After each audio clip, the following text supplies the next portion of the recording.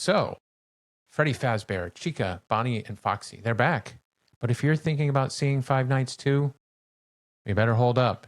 This is a chaotic mess from start to finish. So buckle up, because we're about to unpack this disaster.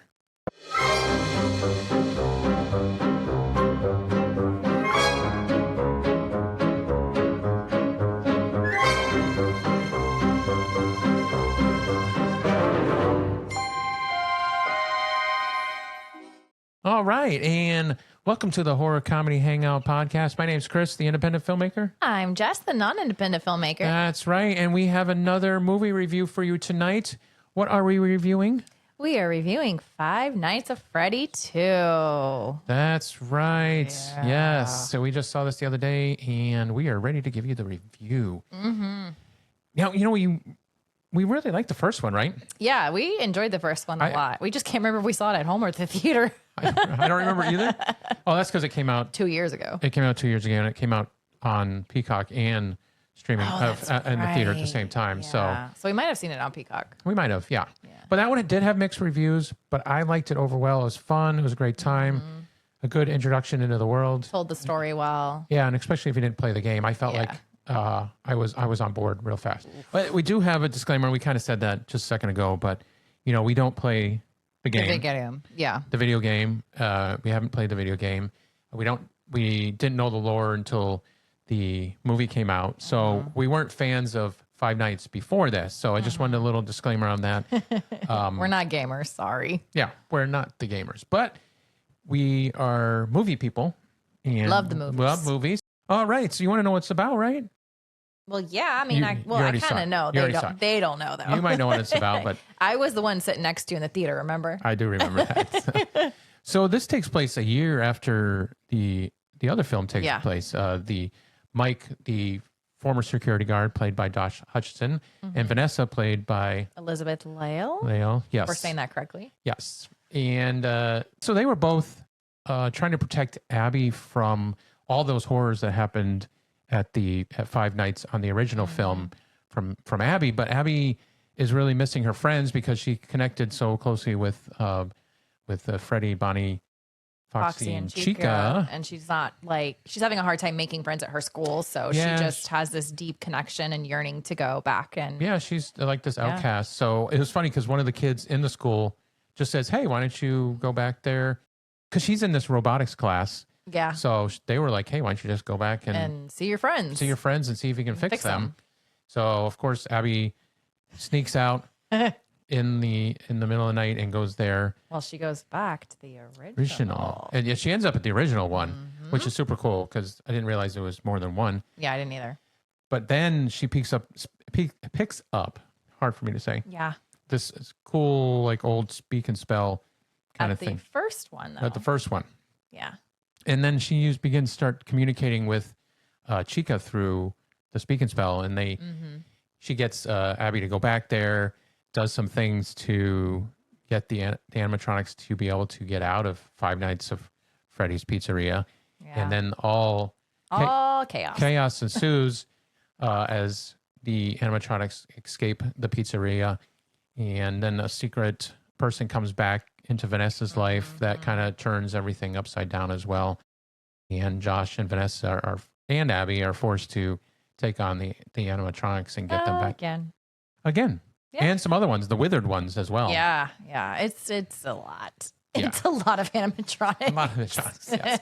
So that's basically the story.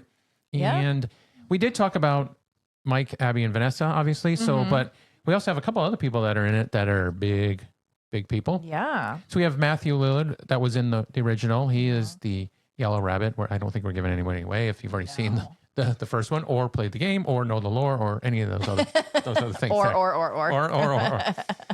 He's in this, but he's we'll talk about that in the what didn't work well as well for me. Yeah. We have Skeet Ulrich that's in it as well. We'll talk about how much he's in it. But I love the two of them are back together on screen again. And it's cool that they're back again since Scream, which is one of my favorite movies back in the day. And then we have McKenna Grace. She plays Lisa. She's one of those, she's another side story about these paranormal activity people that kind of go into the Five Nights of Freddy, and then stuff happens which is not good for that whole group. Doesn't go very well for them. So be careful for you Paranormal Activity people out there. But that's McKenna Grace. She was in Ghostbusters. She was one of the main characters in Ghostbusters. Had no clue. Didn't Had no even clue recognize because her. she is looks completely different than in the Ghostbusters film. We have Wayne Knight. Wayne Knight's been around since for years. Didn't he play in Jurassic Park? In Jurassic Park and all that stuff. We'll talk about. He played Mr. Berg. He was the robotics teacher. Yeah. And then we have a writer creator Scott Cawthon. Yeah. Yeah, he's when I say writer creator, and you're still trying to work on I'm still trying to work on these names. These days. Well, that's one big thing we need to work on in the days. Yeah. Yes, but when I say creator, he created the game. Oh. Yeah. See, not a gamer. That's cool. Not news a gamer. To me. We didn't know that, but we do know that now. He is the creator, and he's the writer of it. The writer one. Writer. Not writers. Writer. Okay. Which I'll come back to that a little bit. We got a lot of coming back to do. Yeah, so stick tuned because I got a lot to say about Wayne Knight's character, the writer creator. Yeah. And then of course we get Emma Tammy. She comes back as the director. She directed the first one, and she's back. Oh, my mic's right there. she comes back as the director in this second one. All right. So before we move on to what we liked about this movie, please comment and like and subscribe. Hit that like button, hit that subscribe button. We appreciate all that. It really helps the channel out, helps the algorithm out, and it just makes us feel happy. Yeah. Yeah, and we'll comment. And please, on this comment, how about what movie you've liked that's gone from a game into a movie or TV show? Because now it's such a big thing now. Yeah. Games are becoming movies. So please let us know what you liked going from game to movie. Let's go on to what worked. Well, yeah. Okay, I do have a few, Okay. but that's it. Do you want to go first? You want to go first? Well, I was starting off. Go ahead. I only cared really for a few of the actors acting. And of course, that's my shout out to Matthew Lillard and Skeet Ulrich. I love them both, and I think their acting is always great and on par. And then another thing I think that worked really well was the animatronics absolutely looked amazing. They looked like they could be real life characters, like in the real world. And that comes from Jim Henson's Creature Shop. So a lot of experience there with Jim Henson. So and I thought set design was amazing, and the set design it really did put you in. Yeah, I really felt like it did. It put you in those environments. And then they were like crazy environments because you think these are kid environments, but they're creepy. Very creepy. So it's so funny how the line's drawn. There's like, okay, here's kid and there's creepy. They're really close together. I'm like, I'm not walking in that place by myself. No, I don't. Absolutely My kids not. loved it in the day when it was and it was up not and running. creepy. I agree with you with Matthew and Skeet. I think they're great actors and they've been around for a long time, and I really felt for their characters. But the problem is, well, we'll tell that in what didn't work as well. There was more laughs. You were laughing a little bit on this one, so there was some good laughs. So yeah, there was more jump scares than the original. So I felt like one got me. One got you, okay. Yeah, but not by much. No, they did add a little bit more in, and I think that's because they did hear the complaints that they weren't as many jump scares, and it wasn't as bloody and gory. So they did try to add that in. I didn't think it worked as well, but we'll talk about that in the what didn't work. It's PG-13. So you're not going to get as much as you would if you went to rated R. You can only push it so far, and that is almost I know they want to get that younger audience in because that's, maybe that's the younger audience that's playing the game and knows the lore. But if you raise it to an R, you could really push that horror element a little bit more because you're calling it a horror movie. But again, what kind of horror is it? It's the gateway? Oh, it's gateway horror. Yeah. Duh. Hello. Yeah. It's her favorite, gateway horror. Gateway horror. Yay. Yeah. So it's really that gateway horror. Yeah, it definitely is. So I liked the opening scene. When the opening scene started, yes. I was like, oh, this film. Yes, this is going to be great. This is going to be great. It started out good. You got the yellow rabbit. We got a little bit of a kill. And I was like, oh, good. This is set off good. But then after that, we'll get there. Not so much. Yeah. I think it was shot well for the most part.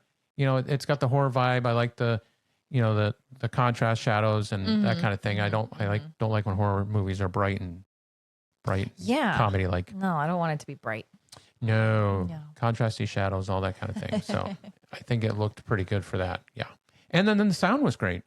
The music score was good. Good retro vibe to it. So another good thing of what didn't work. Yes. Yeah, we got more. And as you know, at the top of the show, we were not big fans of this. No. Not at all. It didn't. It fell flat. It fell flat. It didn't work for us. It missed the mark.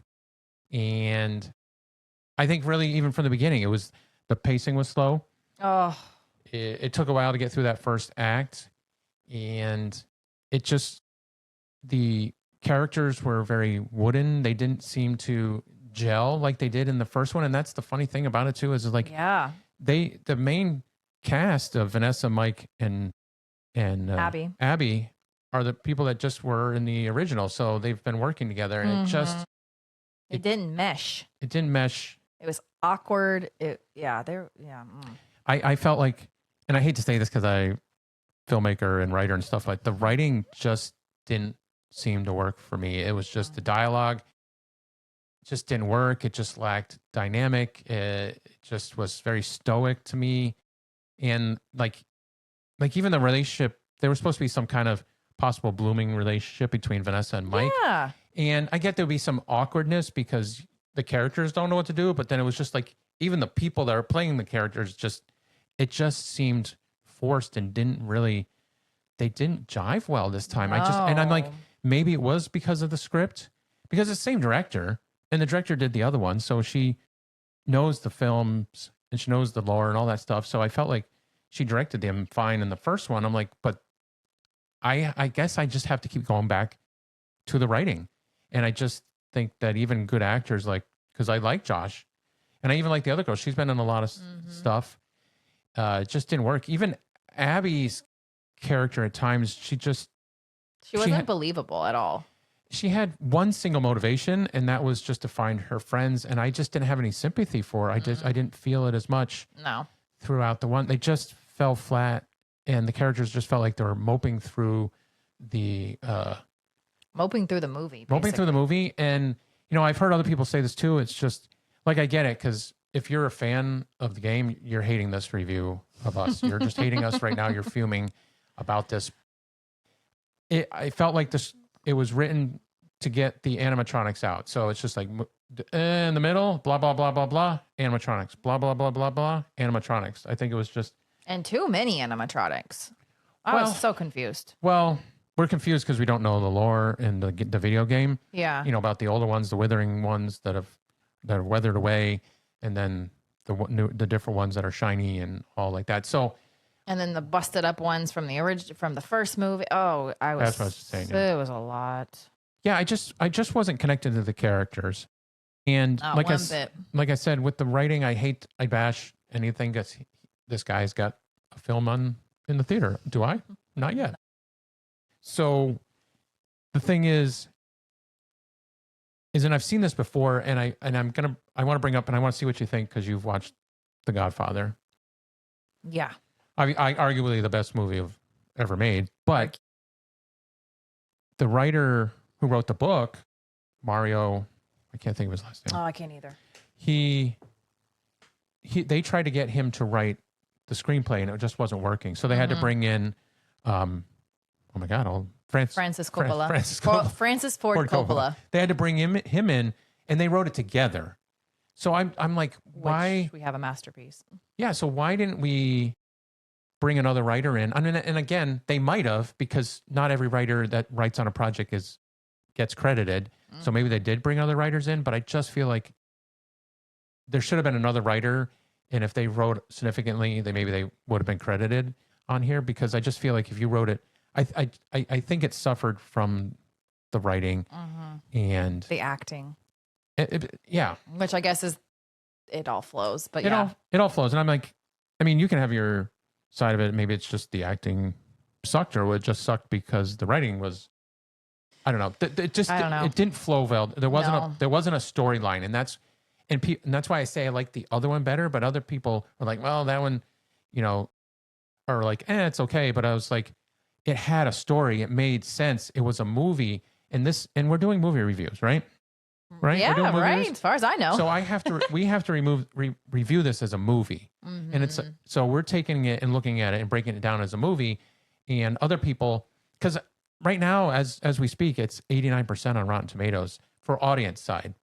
And people are going to be like, well, I just excited to see the characters and the lore and all this stuff. And they don't care about plot or everything, but we're reviewing it as a movie. So we have to review it as they made it a movie. They turned it into a movie, make a movie, service the fans. Yeah, 2 years to do it. Service the fans, but make a proper movie to me. Yeah. And I feel like that's where like you lost a lot of like your audience, even though the critic or like the what was it, Rotten Tomatoes or whatever said it had a higher thing, but it's like, well, that's for the audience side. Oh, for the audience, but it's like you're losing the rest of the people that aren't gamers, don't know the lore. It's like you made the video game, you made the movie more for the video gamers than you did for the just everybody to understand. And that might have been their intention. I don't know. We haven't talked to the writer. We didn't talk to the director.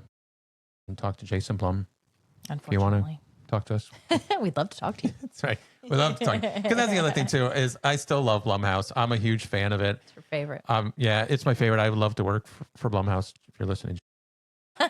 Please hire him. But they missed the mark, and they've missed the mark. And I'm like, as a filmmaker, I know not every film is going to connect, and I get it. So, and they've made so many films, and their list is always extensive, and they're very fast and shoot a lot throughout the year. So not everything's going to not everything's going to hit the mark.